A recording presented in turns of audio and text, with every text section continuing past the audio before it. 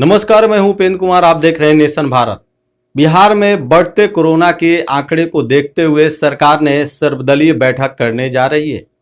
मैं आपको बता दूं कि 17 तारीख को सरकार सर्वदलीय बैठक करेगी और इसी दौरान हमारी बातचीत हुई कांग्रेस के एमएलसी प्रेमचंद्र मिश्रा से। तो उन्होंने साफ तौर से कहा कि पिछले भी बजट सत्र में बिहार विधान परिषद में मैंने इस बात का जिक्र किया था कि सरकार के द्वारा सर्वदलीय बैठक कराई जाए, लेकिन उस समय मेरे बात को गंभीरता से नहीं लिया गया।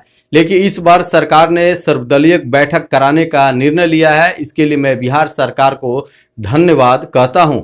और उन्होंने इस बात पर भी जिक्र किया कि जिस तरह से लगातार बिहार में कोरोना के मरीज बढ़ रहे हैं, कोरोना के आंकड़े बढ़ रहे हैं, उसको सरकार गंभीरता से ले। सभी विपक्षी पार्टियां सरकार को सहयोग करने के लिए तैयार है।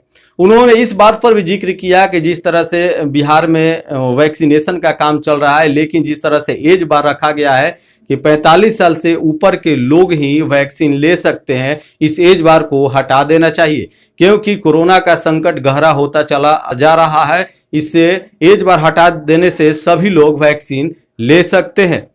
और इस बात को भी जिक्र किया कि जो लोग पहले डोज में कोविशील्ड का वैक्सीन लिए हैं, उनको दूसरे डोज में भी कोविशील्ड ही वैक्सीन मिलना चाहिए, लेकिन दूसरे डोज में लोगों को कोवैक्सीन दिया जा रहा है।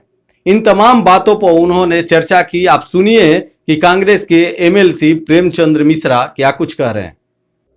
बिहार में कोरोना को लेकर सतर्कता बरतने और टीकाकरण अभियान को लेकर मैंने पिछले बजट सत्र में भी सरकार को ये सुझाव दिया था कि आप सर्वदलीय बैठक का आयोजन करें, लेकिन उस समय मुख्यमंत्री से लेकर स्वास्थ्य मंत्री तमाम सरकार के लोगों ने इस सजेशन का मजाक उड़ाया था।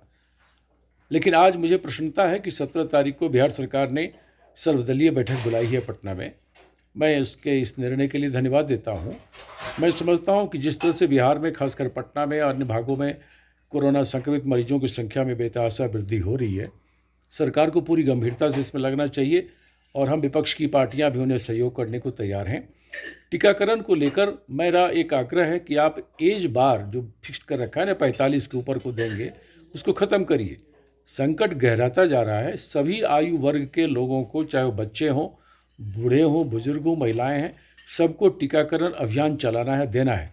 लेकिन एक बात का खुलासा हम सरकार से चाहते हैं कि बिहार में लाखों की संख्या में आपने कोविशील्ड का टीका फर्स्ट डोज के रूप में लोगों को दिया।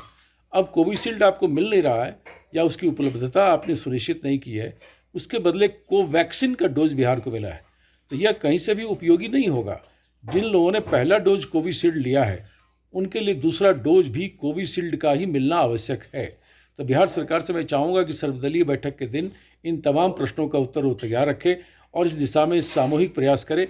हम सब चाहते हैं कि बिहार में संकट का दौर खत्म हो, कोरोना से लोगों की जान माल की हिफाजत हो। हम सब इसमें सहयोग करने को तैयार हैं।